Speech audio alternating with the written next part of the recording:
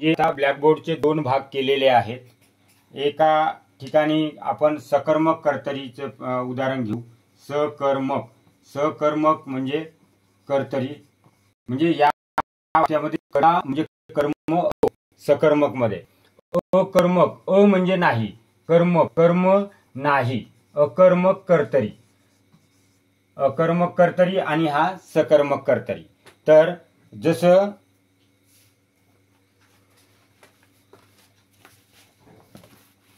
जसं शिक्षक शिक्षक मुलांना शिकवितात, शिक्षक मुलांना शिकवितात, शिकवितात। आता शिक्षक मुलांना शिकवितात, शिकवितात हा क्रियापद आहे। तर आता कर्ता आपल्याला ओळखायचा आहे। शिकविणारा कोण? शिक्षक। शिकविणारा कोण? शिकविणारा कोण? तर शिक्षक। त्यामुळे शिक्षक इथं काय होईल? कर्ता। आणि कर्त्याला प्रत्यय नसतो दोन्हीही प्रयोगामध्ये, सकर्मक कर्तरी असो वा अकर्मक कर्तरी असो, त्यामध्ये कर्त्याला प्रत्यय नसते। इथं ट्रिक्स हे लिहून घ्यायची की कर्त्याला प्रत्यय नसते, कर्त्याला प्रत्यय नसते, नसते, कर्त्याला प्रत्यय नसते। आणि कर्त्याला जर प्रत्यय राहिला तर तो कर्तरी प्रयोग राहत नाही, कर्त्याला प्रत्यय नसते। आता शिकवलेले काय? तर मुले, मुलांना, म्हणजे या ठिकाणी कर्म काय आहे?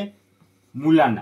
पण इथं कर्माला मात्र प्रत्यय आहे, कर्माला प्रत्यय राहू शकते, पण कर्त्याला प्रत्यय नसते, कर्त्याला कधीच प्रत्यय नसते। आणि इथं कर्म आहे म्हणून हा सकर्मक कर्तरी प्रयोग आहे। ओके, हा तर क्रियापद आहे। ओके, त्यानंतर आता अकर्मकचं एक उदाहरण बघू। म्हणजे अकर्मक मध्ये कर्म नसते। जसं रामराव, रामराव शेतात जात होते, जात होते। आता यामध्ये रामराव शेतात जात होते म्हणजे रामरावाविषयीच सांगत आहे, परंतु त्यामध्ये आपण इथं जात असणारे कोण? रामराव। पण क्रिया कोणावर घडत आहे किंवा क्रिया भोगणारे कोण आहे? तर इथं दिलेले नाही, त्यामुळे तिथं कर्म नाही।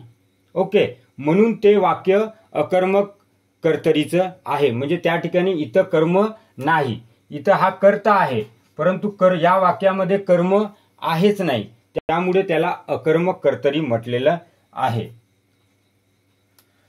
जसं दुसरं उदाहरण आपण घेऊ। पक्षी आकाशात उडतात, पक्षी आकाशात उडतात, पक्षी आकाशात उडतात, उडतात हे क्रियापद आहे। उडणारे कोण?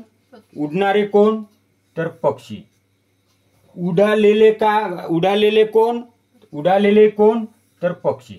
म्हणजे त्या दोन्हीचंही उत्तर काय येत आहे? पक्षीच येत आहे। त्यामुळे ते कर्त्यापासून क्रिया पुढं जातच नाही आहे, म्हणजे या दिलेल्या वाक्यामध्ये कर्म आहेच नाही, त्यामुळे कर्म नसल्यामुळे ते अकर्मक कर्तरी। आणि यामध्ये जो कर्ता आहे तो कर्ता हा प्रथमांत मध्ये आहे, त्याला कोणताही प्रत्यय लागलेला नाही। आणि कर्त्याला प्रत्यय नसतो, त्यावेळेस तो डोळे झाकून कर्तरी प्रयोग आहे। परंतु कर्तरी प्रयोगामधला कोणता प्रकार आहे, तो नेमका सकर्मक कर्तरी आहे की अकर्मक कर्तरी आहे, ते ओळखणे गरजेचं आहे। आपल्याला जर कर्ता आणि कर्म जर चांगल्या पद्धतीने ओळखता आलं तर हे दोनही कर्तरी प्रयोगाचे जे दोन प्रकार आहेत ते दोनही प्रकार आपल्याला चांगल्या पद्धतीने समजून येते। ओके, त्यानंतर आपण सकर्मक कर्तरी प्रयोगाचं आपण एक उदाहरण पाहू, एक अकर्मकचं बघत जाऊ। ठीक आहे, जसं यशोदा, यशोदा श्रीकृष्णास लोणी देते। यापूर्वी आपण एक उदाहरण असंच एक उदाहरण घेतलेलं होतं की गुरुजी विद्यार्थ्यांना व्याकरण शिकवितात। तर असं एक उदाहरण यापूर्वी आपण घेतलेलं होतं। तर या वाक्यामध्ये यशोदा श्रीकृष्णास लोणी देते, या वाक्यामध्ये देते हा क्रियापद आहे, ते हा प्रत्यय आहे, ते हा प्रत्यय आहे, आणि ते वगळता दे हा धातू आहे. दे या धातूला नारा किंवा नारी जोडून आपल्याला प्रश्न विचारलं तर कर्ता यशोदा मिळते. देणारी कोण? तर यशोदा. यशोदा या ठिकाणी कर्ता आहे आणि कर्त्याला प्रत्यय नाही आहे, त्यामुळे ते कर्तरी प्रयोगाचं आहे. परंतु त्या वाक्यामध्ये जर कर्म असेल तर तो सकर्मक कर्तरी राहील, कर्म नसेल तर ते अकर्मक क्रिया कर्तरी राहील. पण इथं दोन कर्म आहेत, म्हणजे द्विकर्म आहे, दोन कर्म आहेत. पहिला जो कर्म आहे तो सजीव आहे आणि त्याला स हा प्रत्यय लागलेला आहे. स हा प्रत्यय म्हणजे हा अप्रत्यक्ष कर्म आहे, अप्रत्यक्ष कर्म. आणि हा प्रत्यक्ष कर्म आहे. प्रत्यक्ष कर्म हे नेहमी वस्तू असतो, प्रत्यक्ष कर्म नेहमी वस्तू असतो आणि अप्रत्यक्ष कर्म नेहमी सजीव प्राणी असतो, म्हणजे तो व्यक्ती असतो, सजीव प्राणी असतो. आणि याचा जो विभक्ती असते ती नेहमी चतुर्थी विभक्ती असते, म्हणजे अप्रत्यक्ष कर्माची चतुर्थी विभक्ती असते आणि प्रत्यक्ष कर्माची हे द्वितीय विभक्ती असते. आपण ते विभक्ती आपण ज्यावेळेस शिकलो त्यावेळेस आपण हा जे टॉपिक आहे तो शिकलेला आहोत. पण इथं जरी दोन जरी कर्म असले तरी तो कर्मामध्येच मोडते. त्यामुळे हे जे उदाहरण आहे यशोदा श्रीकृष्णास लोणी देते, हे जे उदाहरण आहे ते सकर्मक कर्तरीचं आहे. जसं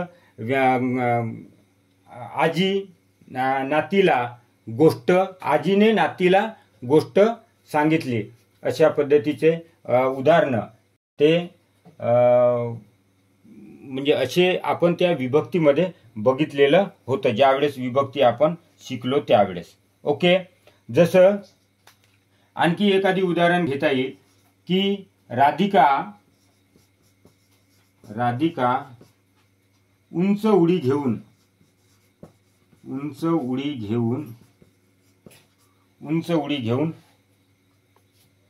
चिंच तोडते.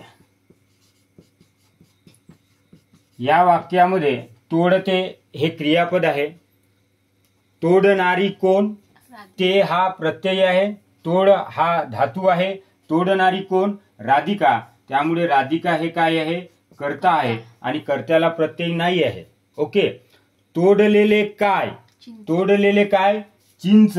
तर या ठिकाणी चिंच हे काय होईल?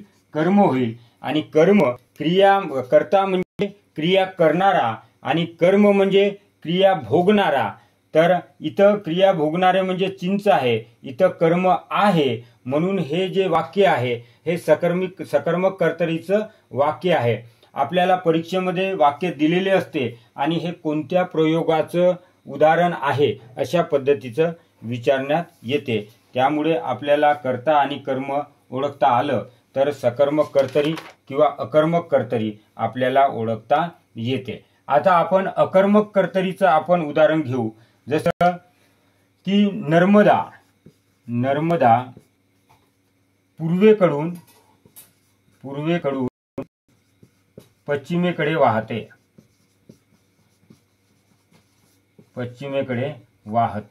आता ते हा प्रत्यय आहे आणि वाह हा धातू आहे.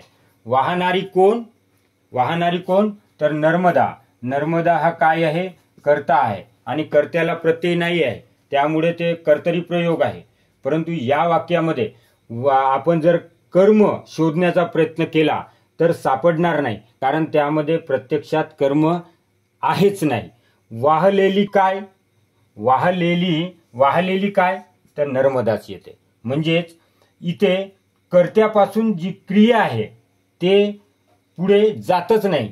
म्हणजे कर्ता ओळखत असताना किंवा कर्मही ओळखत असताना त्याचं उत्तर तीच येते, नर्मदाच येते. त्यामुळे यामध्ये कर्म नाही, म्हणून ते अकर्मक कर्तरी प्रयोग आहे. आणि नंतर तुम्हाला अकर्मक कर्तरी आहे की अकर्मक भावे ज्या वाक्यामध्ये कर्म नसते तेव्हा दोनच प्रयोग होतात. ज्या वेळेस एखाद्या वाक्यामध्ये कर्म नसते तेव्हा दोनच प्रयोग होतात. एक तर झाला तर अकर्मक कर्तरी होईल, नाहीतर अकर्मक भावे होईल.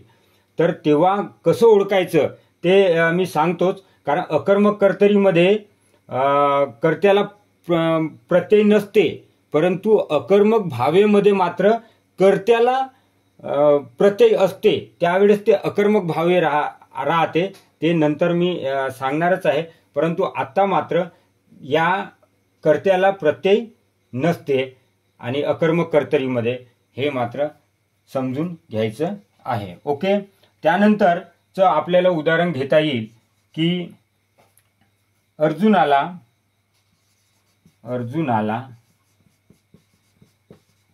पाण्यात मासा दिसला. या वाक्यामध्ये क्रियापद कोणतं आहे? दिसला. ला हे काय आहे? प्रत्यय आहे. ला हे प्रत्यय आहे आणि दिस हा धातू आहे. तर या वाक्यामध्ये कर्ता कोणता आहे आणि कर्म कोणता आहे सांगू शकाल का? दिसले कर्ता कोणता आहे? कोण सांगू शकाल? सांगा बरं. आपला माईक ऑन करा आणि सांगा मला की अर्जुनाला पाण्यात मासा दिसला या वाक्यामध्ये कर्ता कोणता आहे?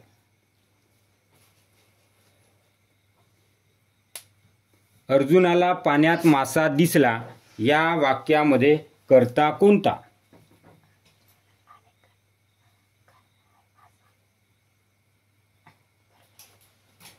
अर्जुनाला पाण्यात मासा दिसला या वाक्यामध्ये कर्ता कोणता?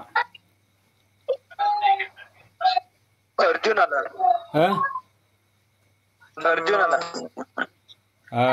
कसा ओळखा बरं? अर्जुनाला कसा येईल? मासा दिसणारा काय? मासा. हा, मग कर्ता कोणता होईल? कर्ता कोणता होईल? असल्यामुळे तो प्रयोग आपल्याला प्रत्यय लागलाय. हो, पण त्यामधला कर्ता कोणता आहे ते सांगा मला. मासा कोणता आहे? मासा हा काय आहे? कर्ता आहे.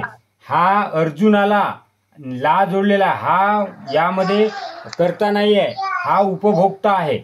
म्हणजे याच्यावर म्हणजे हे अधिकची माहिती दिलेली आहे आपल्याला. अर्जुनाला पाण्यात मासा दिसला हा क्रियापद आहे आणि ला हा प्रत्यय आहे.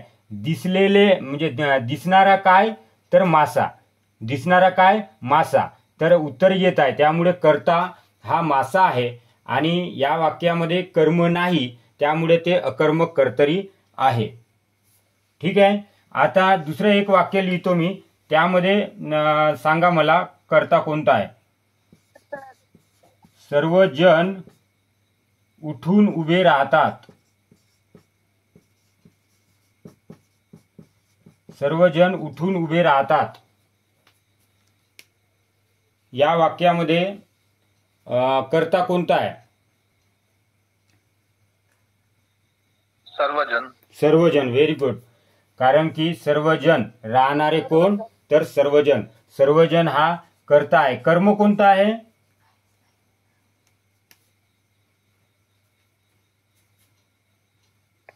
उभे राहणे.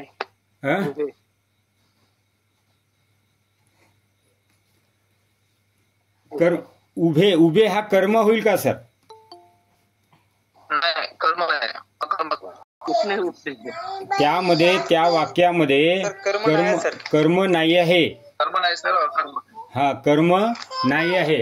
त्यामुळे तिथे कर्ताच आहे. म्हणजे कर्म नाही, त्यामुळे ते अकर्मक कर्तरी राहील. ओके. तर अशा पद्धतीने जर त्या वाक्यामध्ये आता कर्तरी प्रयोग ओळखायचं कसं याचे म्हणजे पहिली ट्रिक्स म्हणजे कर्त्याला प्रत्यय नसते, ही पहिली ट्रिक्स. कर्माला प्रत्यय असते. म्हणजे कर्त्याला प्रत्यय नसते, कर्माला प्रत्यय असते. ओके. मी काय म्हटलं समजलं का सर? की कर्तरी प्रयोग ओळखत असताना ट्रिक्स अशी आहे की कर्त्याला प्रत्यय नसते, कर्माला प्रत्यय असते.